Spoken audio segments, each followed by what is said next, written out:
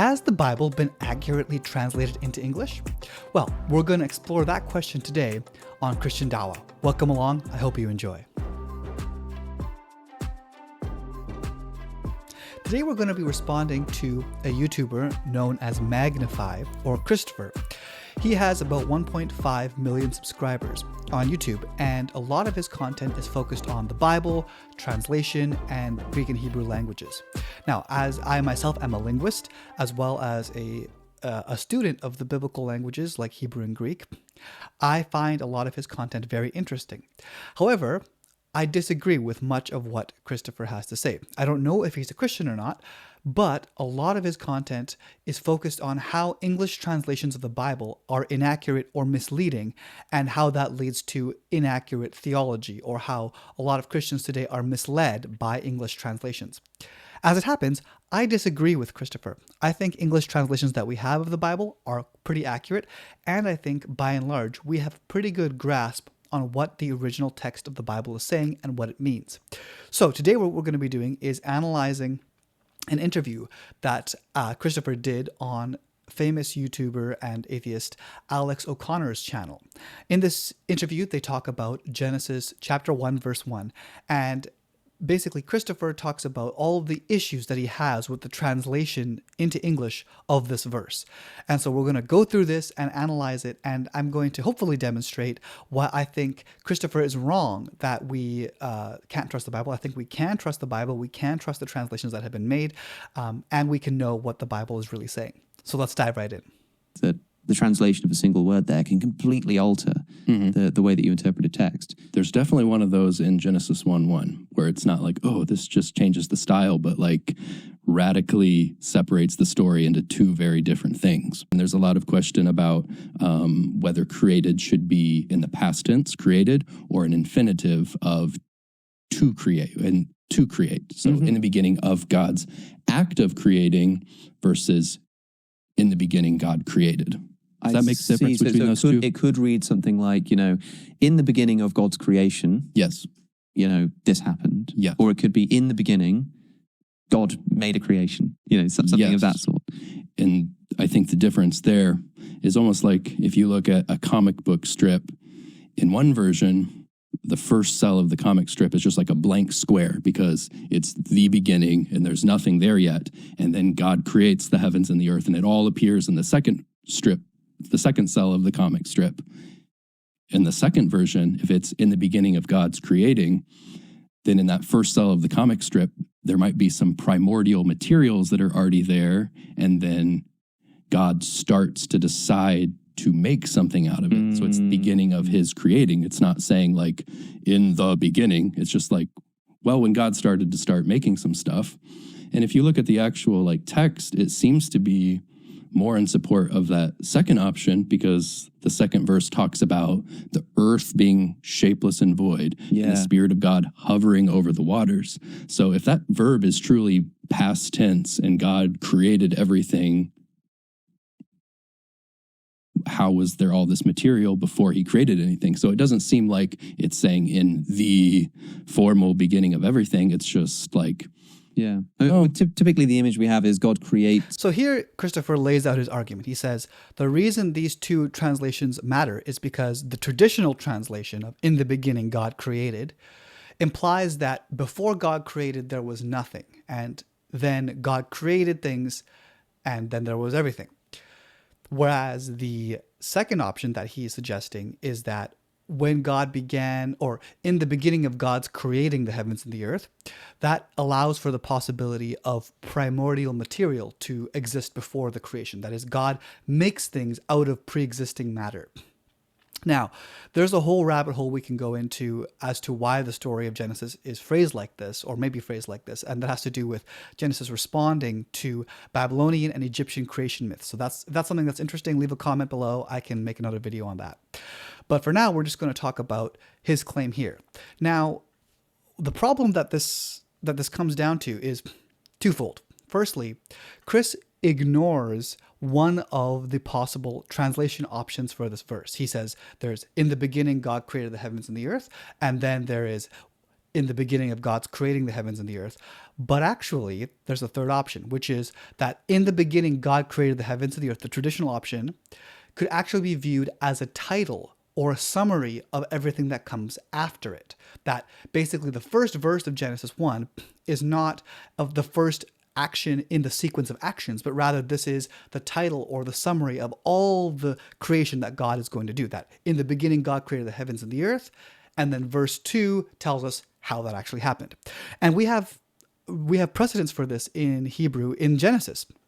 There are what are known as the Toledot formulas, which are basically phrases that are placed at various points throughout Genesis that say, now these are the generations of so-and-so. And then after that, a new story starts. And that first phrase is not the first event in the story. That phrase is saying, okay, now we're going to start a new story. And so it's very possible. Many scholars of Genesis argue that in the beginning, God created the heavens and the earth is not the first event, but rather a summary of all the events that come after. And so if that's the case, that means that the traditional interpretation or the traditional translation of in the beginning God created the heavens and the earth is not at odds with the idea of primordial material being there, right? Because you could just say in the beginning God created the heavens and the earth, and then verse 2, the earth was formless and void, etc. Now, the second issue here is that I think Chris has a insufficient understanding of Hebrew grammar here. He argues that the translation he's arguing for is in the beginning of God's creating the heavens and the earth. He says it has to be something that has primordial material, or this has to be the translation that's better, because the next verse, verse 2 says, and the earth was without form and void, and darkness was over the face of the deep. So how could you have God creating the earth, and then after the fact, the earth is still formless and void and is not really fully properly made? How do you have that? How's that possible? And the reason Chris is confused here is because he doesn't understand, or he hasn't talked about the fact that there is something known as a disjunctive vav. Disjunctive vav. So in Hebrew, the word and is made up of one letter, vav. And so that's how you say and. But Hebrew, unlike English, does not have a lot of grammatical particles. And so vav in Hebrew can also be translated into English as so, or therefore, or in this case, now.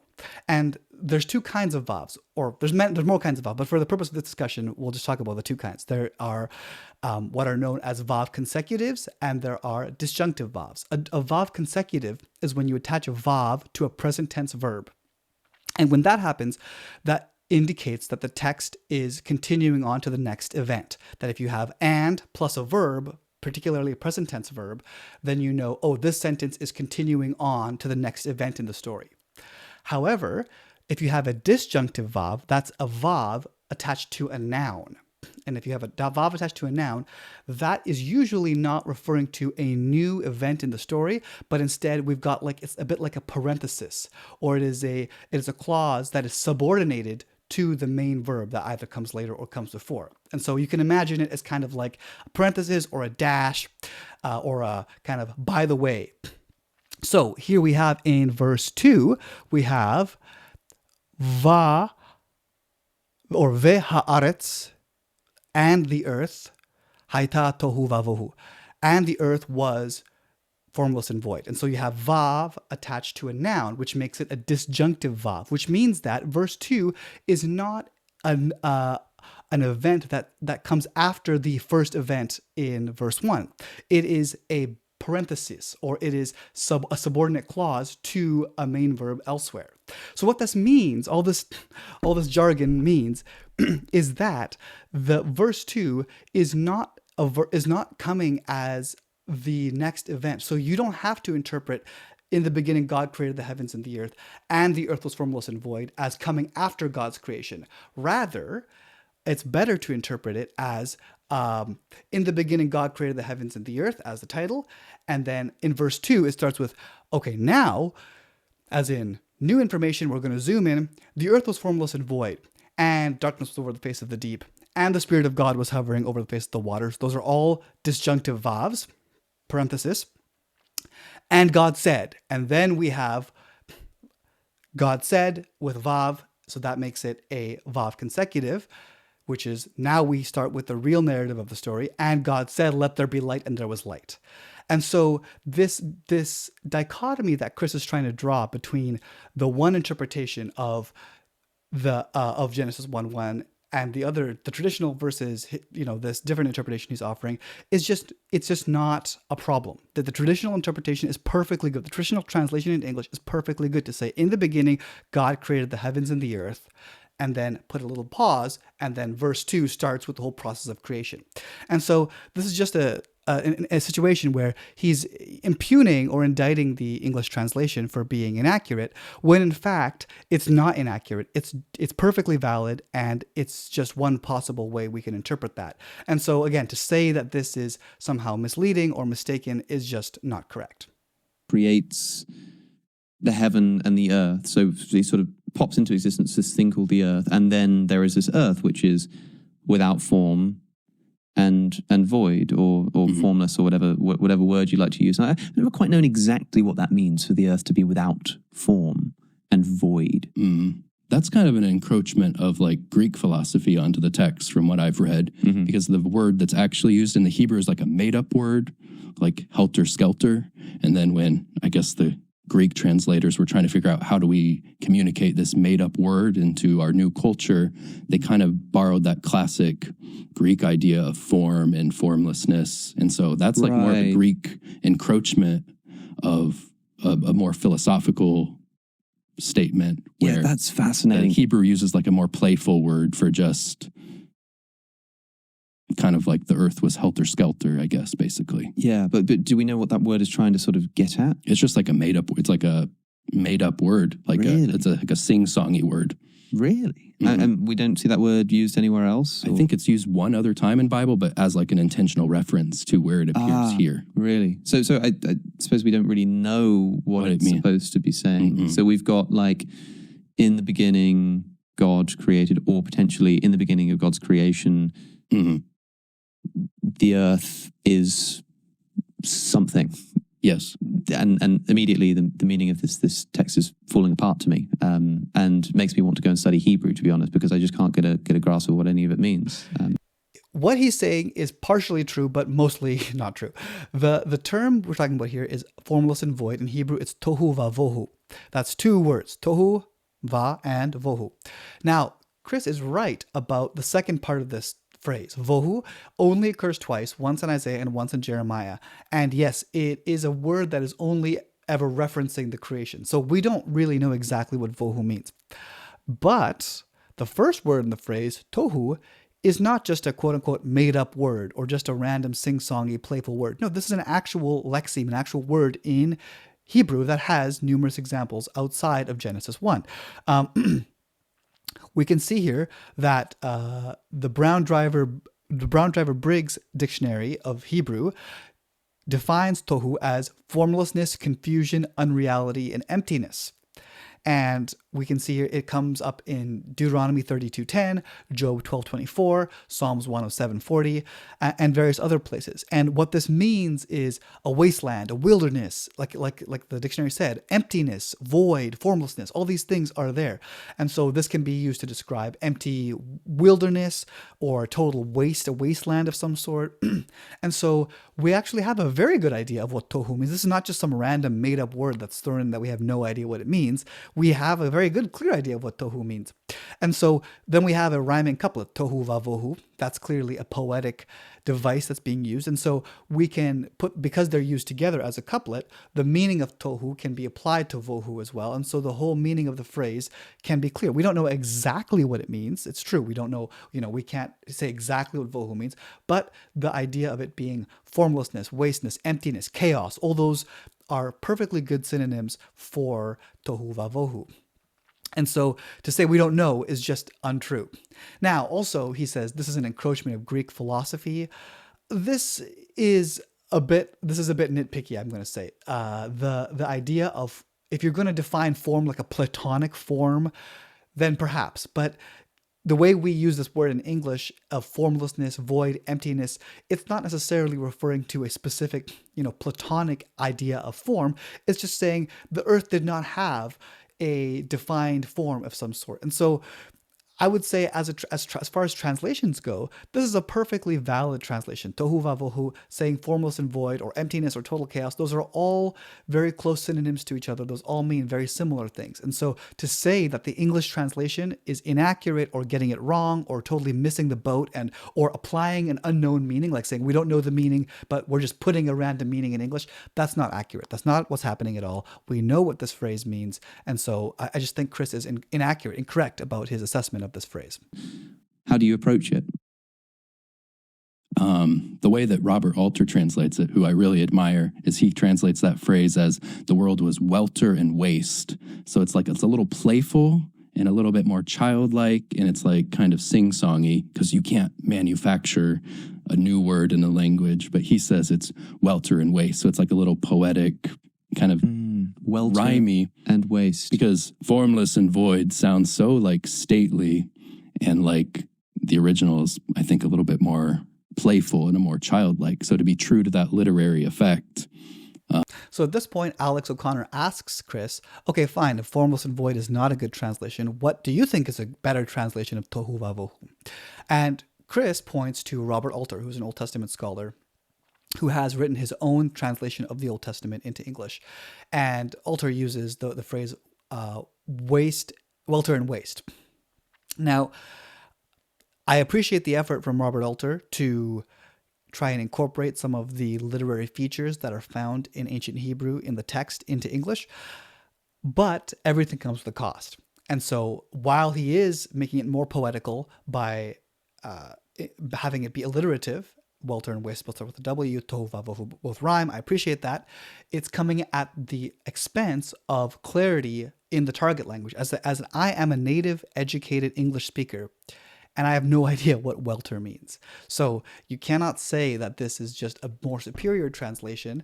What this is it's a translation that is better in some ways. It holds to the literary style of the original text better, but it's worse in other ways. It is not as clear to the target language readers.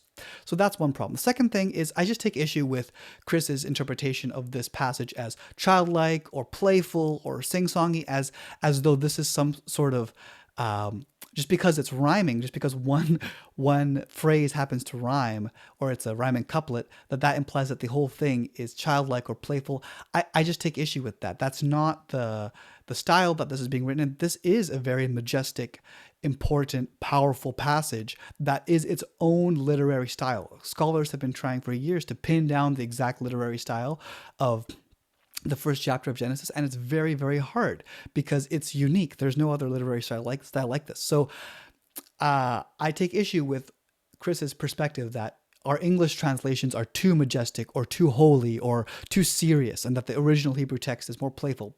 It's just he's reading way more into the text than is actually there. He's just putting his own perspective onto the text there. The Hebrew text is not giving us something playful and childlike. It's just a unique literary style, and there are multiple possible ways to read that. But to say that the English way of reading that, or the traditional English translations that interpret that, is wrong, is inaccurate, I would say. So interesting. You said that ancient Hebrew doesn't have tensed terms. Mm-hmm. So what you mean by that is like there's no such concept as a past, future, or present version of any word at all. You might say, like, in English, we would say, I walked to the store, to say I walked to the store yesterday. But like in an ancient language, you might say, yesterday, I walked to the store. And there's the verb is the same verb as if you're talking about the future, present, or past. And then there's still, I feel like, a lot of languages that maybe Thai or something like that well, sometimes work similar. Okay, so this is where Chris's understanding of Hebrew, I think, might be a little bit limited. And like I said, this is important because he's using his Hebrew knowledge, his supposed Hebrew knowledge, to talk about Bible translation and how we can or cannot trust translations of the Bible. So this is a big deal. He says that there is no tense that is marked on Hebrew verbs. And that is something that may be true in the most technical, narrow sense, but actually, as a broad statement, is not accurate. How do I mean that? Well, to begin, there's multiple kinds of Hebrew verbs, or multiple ways to conjugate and form them, but we're going to talk about two types of Hebrew verbs. We're going to talk about yiktol verbs and katal verbs. Yiktol and katal verbs. Yiktol verbs are verbs which indicate an imperfect aspect, versus katal verbs indicate a perfect aspect. Well, you might be wondering, what is aspect, what is imperfect, what does it all mean? Well, I can use an example in English. In English, we have a very well developed system of tense, aspect, and mood. And so, for example, tense is what time an event took place in, whereas aspect is referring to how that event took place and that time. So, for example, in English, I can say, I went. Yesterday, I went to the store. That's past tense, zero aspect, no aspect included. But I can say yesterday, I was going to the store. So that's past tense, but continuous aspect. So the aspect is telling us how the event took place. Or I could say yesterday, I had gone to the store, which is past tense still, but perfect aspect, which is to say that the event was completed. And so I can say, I will be going to the store, future tense, but continuous aspect, or I will have gone to the store, future tense, perfect aspect. And so we have a distinction in English between tense and aspect, that a subject or a sentence can have one tense, past, present, or future, and the aspect is totally separate, that I can apply the continuous aspect to the past or the present or the future because they're marked differently. We have different words for them.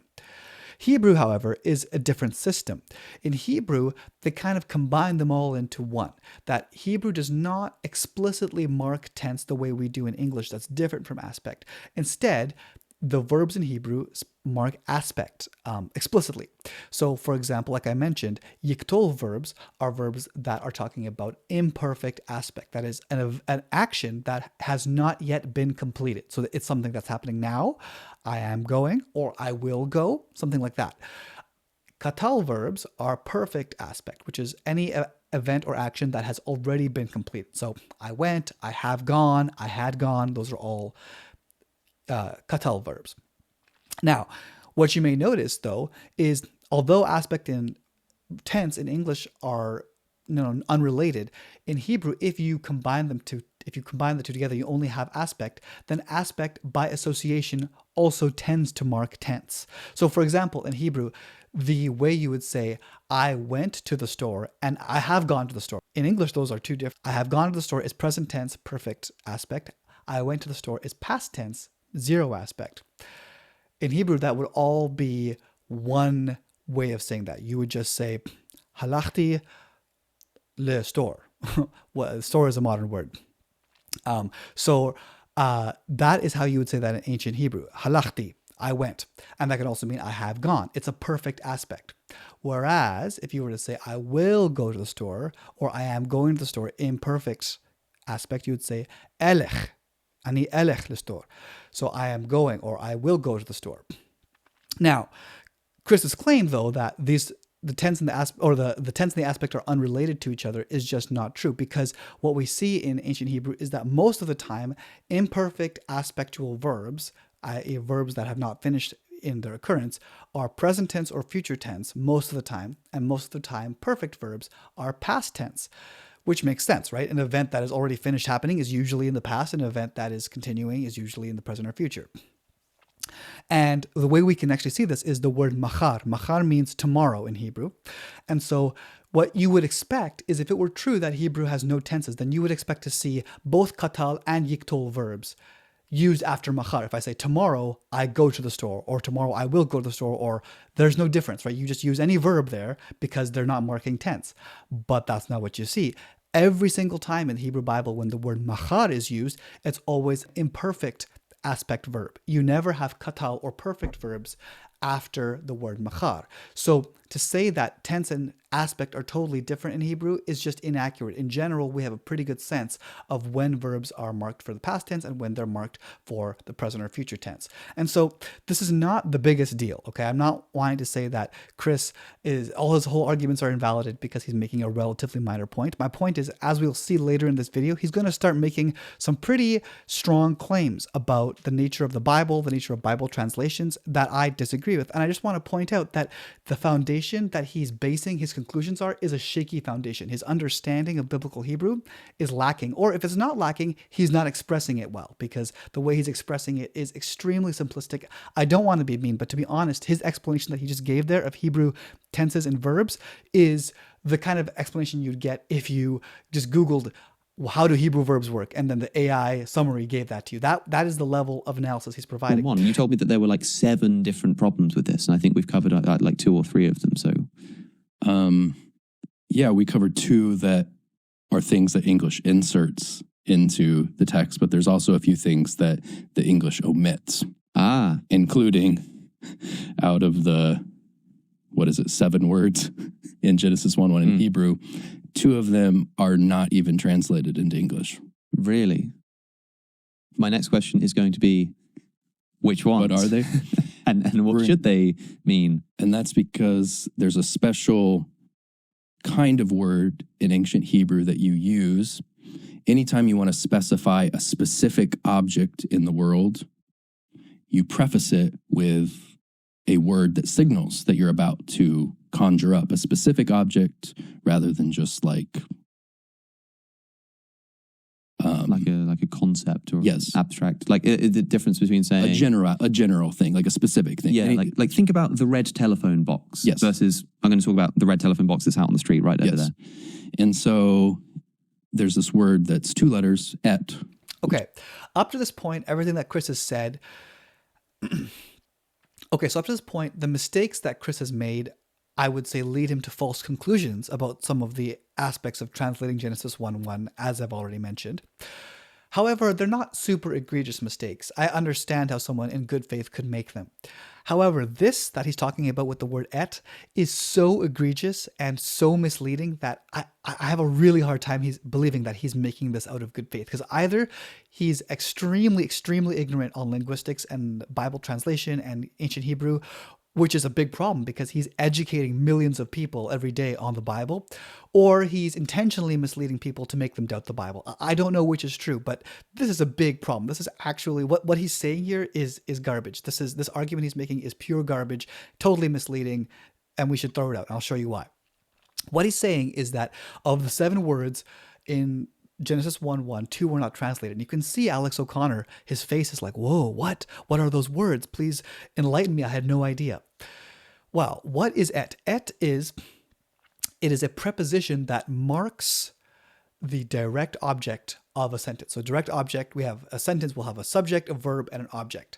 The subject does the action, the object has the action done to them. So in the case of Genesis 1:1, the subject of the sentence is Elohim, God, and the object is Hashemayim, the heavens, ve'et haaretz, and the earth. So the heavens and the earth are the object of the subject. Now, in Hebrew, you need to be able to figure out in a sentence who is doing the action and who the action is being done to, because word order in Hebrew is pretty free. Typically, the verb will come at the beginning, but a verb can come at the end, it can come in the middle. Verbs can come and go in various places in a sentence. And the reason that's possible is because in ancient Hebrew, they made a point to mark the direct object with a marker, with a preposition, in this case, et. And so that way, in a sentence, you know who is doing the action and who is not doing the action. So even if I were to change the sentence around and say, Bereshit Elohim bara et hashamayim ve'et haaretz, in the beginning, God created in the middle of the sentence, it doesn't change the meaning. Or if I put created at the end of the sentence, it doesn't change the meaning either.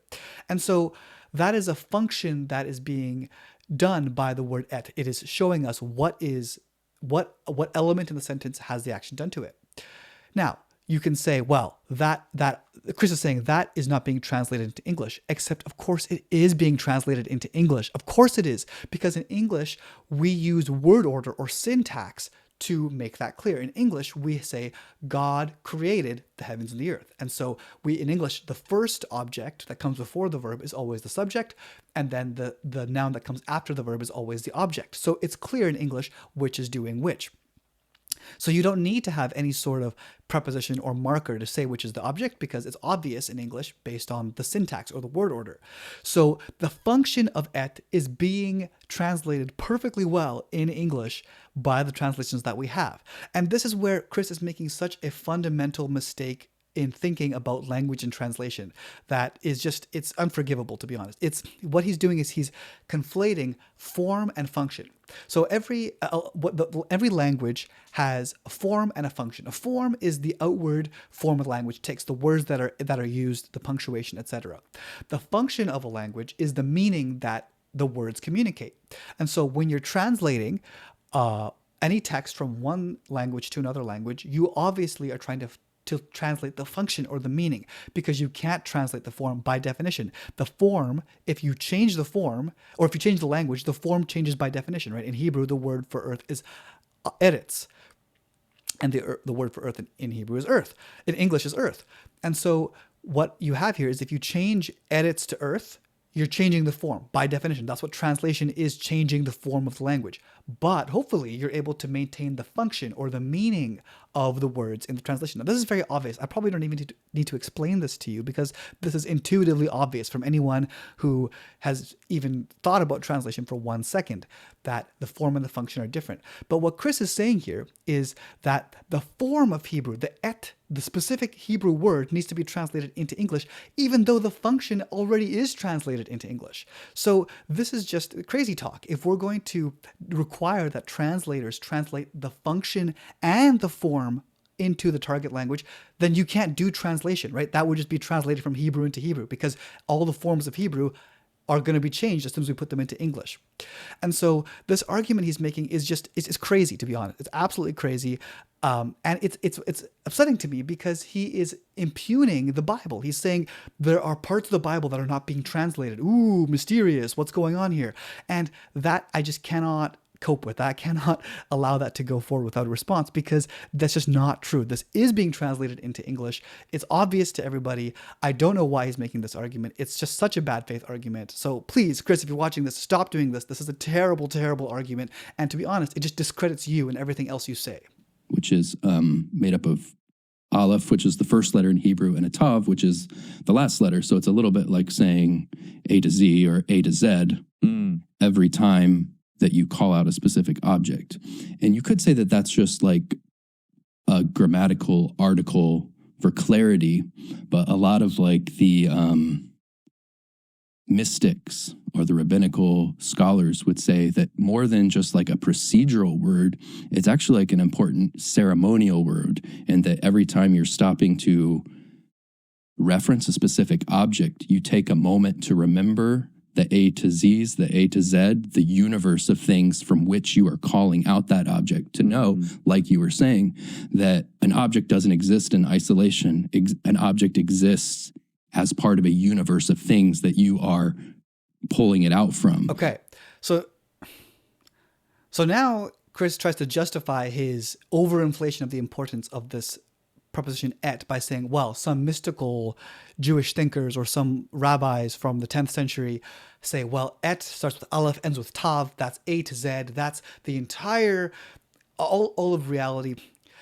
This is the equivalent of me taking the sermon of a pastor at a local church near me and saying how he breaks down the Bible should be the way that we interpret the original text to mean, right? Chris is referencing people that lived thousands of years. These rabbis he's talking about are living thousands of years after the writing of the Old Testament.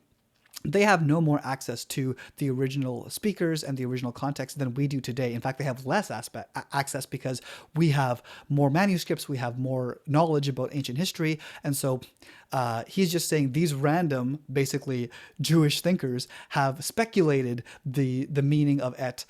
This has nothing to do with the original readers and the original meaning of the text. This is just what people thousands of years later thought about it, which is totally irrelevant to the topic. On a side note, he says, this is talking about when you reference a specific object, that et is referencing a specific object. Once again, this is just wrong. Et is not referencing a specific object.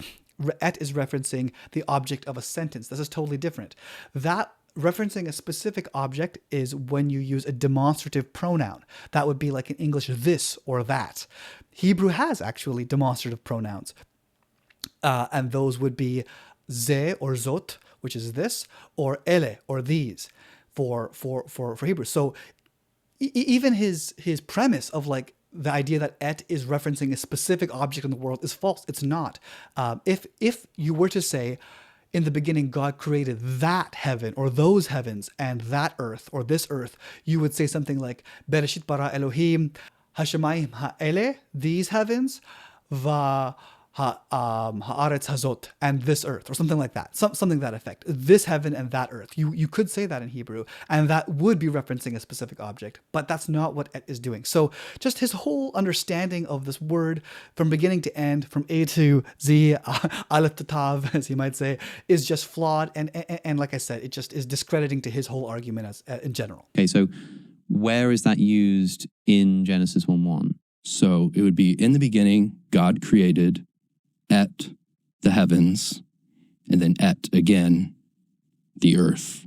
So both of those are objects, heaven and earth. And before those are referenced, there's that little interesting word there. And then I suppose the English translators just decided, oh, English doesn't have this function, so we can just omit those two words because they're not necessary. Everybody knows when you're referencing a direct object in English, it's clear from the syntax.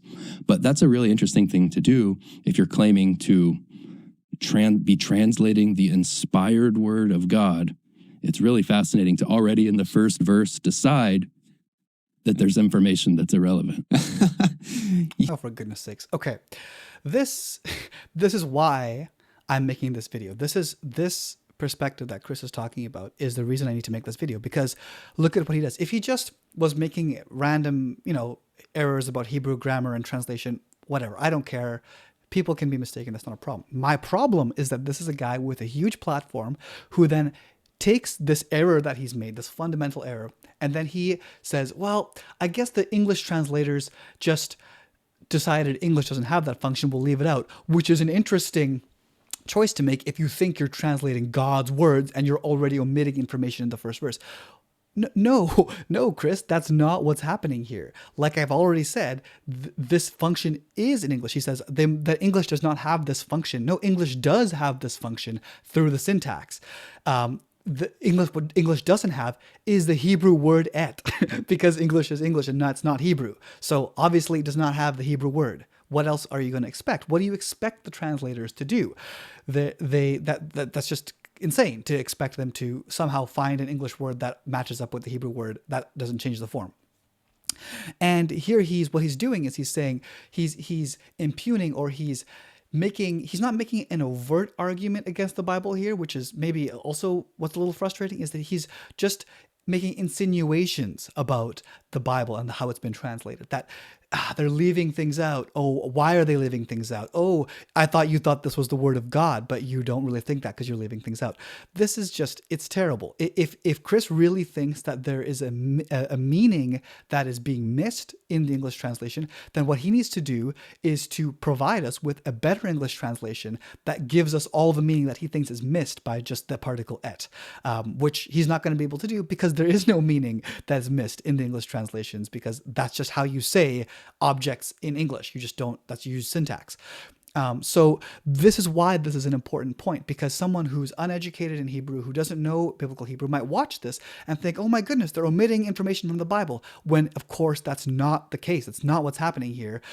Chris, unfortunately, is just misleading people through bad information, and it's a shame to see. So how should we be trying to incorporate this into English? I mean, I want to ask about this translator that you were telling me about a moment ago, how he approaches this. I don't think he touches on that and just assumes that it's not possible. Yeah. But then it really brings up the question of why, if you believe it's the inspired word of God, would you not try to copy that linguistic feature in the way that you speak yourself? Like if you are claiming that your worldview is derived from the Bible, wouldn't you want to talk about things the way that the Bible, who decided that was irrelevant information? Yeah. So here, Alex O'Connor says, well, how do you translate? That's a great question. And again, Chris says, well, Robert Alter, his preferred translator, doesn't include that et in English. Again, I don't even know what that would mean to include it. And he says, which is weird though, because if you believe it's inspired, why wouldn't you want to copy the way the Bible talks?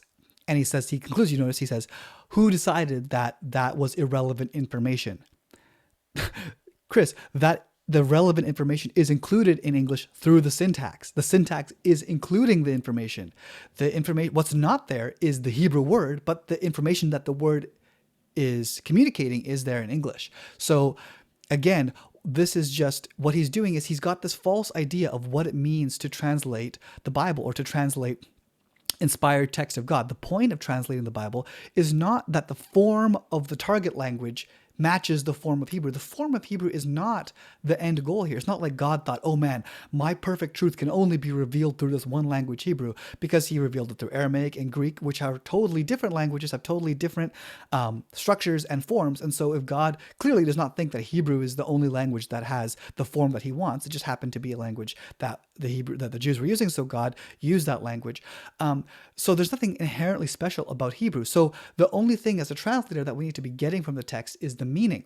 And so to say, well, we need to idolize the form of Hebrew, that is just a total misunderstanding of why God sent down the Bible. As Christians, we don't believe, like Muslims do, that the form of our holy book is what's important, right? Many Muslims will read the Quran in Arabic without having any understanding of Arabic. Whereas Christians, that is not the point of the Bible, is not to just have words in Hebrew or Greek floating around our house, cleansing it of demons or something. Rather, the point is to understand and take the words to heart, and that's why translating is important. And that's when Genesis 1:1 says, in the beginning, God created the heavens and the earth. That word God is interesting in that it has a big capital G, which is an interesting thing to do, to impose onto a language like ancient Hebrew that has no distinction of any capital letters. The first letters in a sentence are written in the same case that the last letter of the sentence is written in, and whether you're referencing a verb or any type of word, it's not going to be capitalized in Hebrew. But English, being derived from some older Germanic language that had some worldview that nouns have some kind of priority in the universe, and that anytime you reference a noun, it should be capitalized a head and shoulders above the other text, which is interesting. I guess English decided, okay, we're not going to do that for all nouns. I mean, do you think it could sort of cause a problem of understanding for the text, this capitalization thing? I think it's such a part of the worldview that you're approaching the text to as someone who is like immersed and came out of an English-speaking environment, that you may just have a priority that objects and nouns are more important than actions.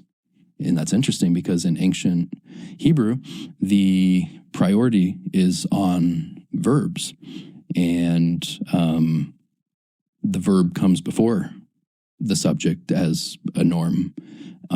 So there's really this philosophy you're projecting onto the text that objects have some sort of priority over actions. Okay.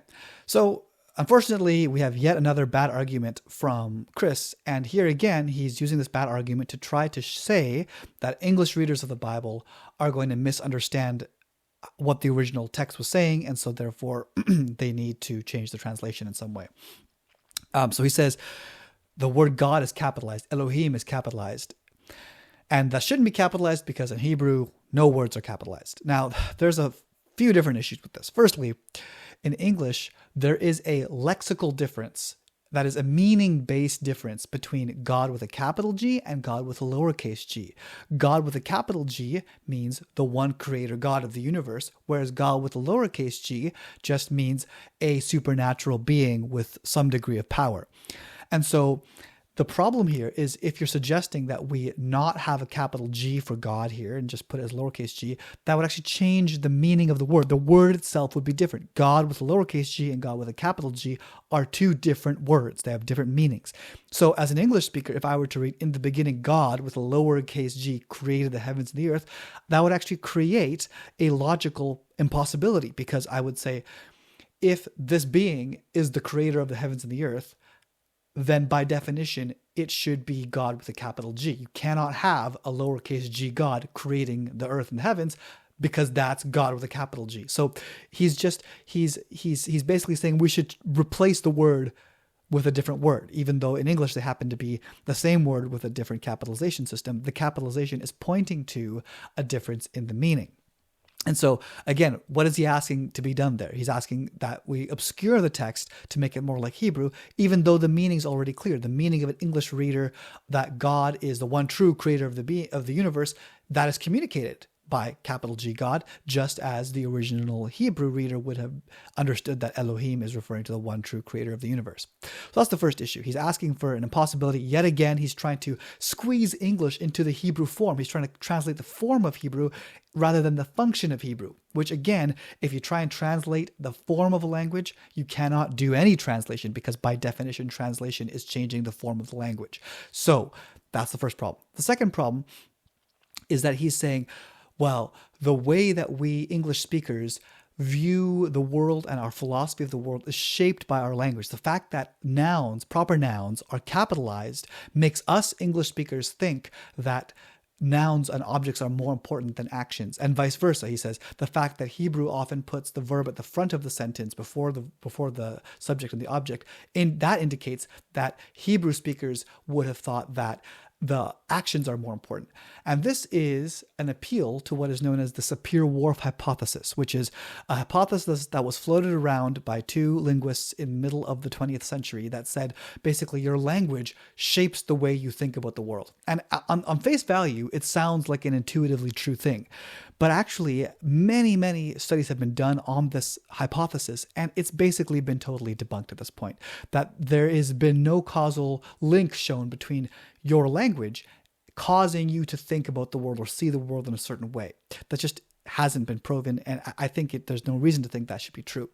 And so, and the same thing is true here. The idea that because Hebrew speakers put the verb first, that means actions are more important, that is pure speculation. And it's not only speculation, it's speculation based on a disproved theory. And the same thing is true with God. It's not true that because we capitalize our proper nouns, that means that we think objects are more important. That just is a way for us to distinguish between proper nouns and common nouns, or between nouns and verbs.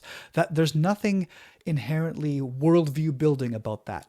And so if Chris is going to make this claim, he is going to be fighting against the vast majority of linguistic data that's been put out over the last 50 years on this very topic. This is a very well-researched topic, and he clearly has not done his homework on this, because if he did, he wouldn't be trying to push this.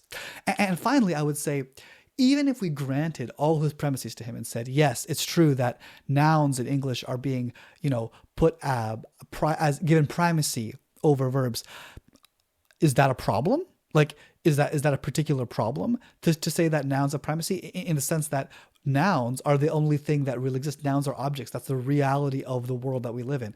An action can be something that actually happens, or it could be something that potentially happened or might happen depending on the modality of the verb.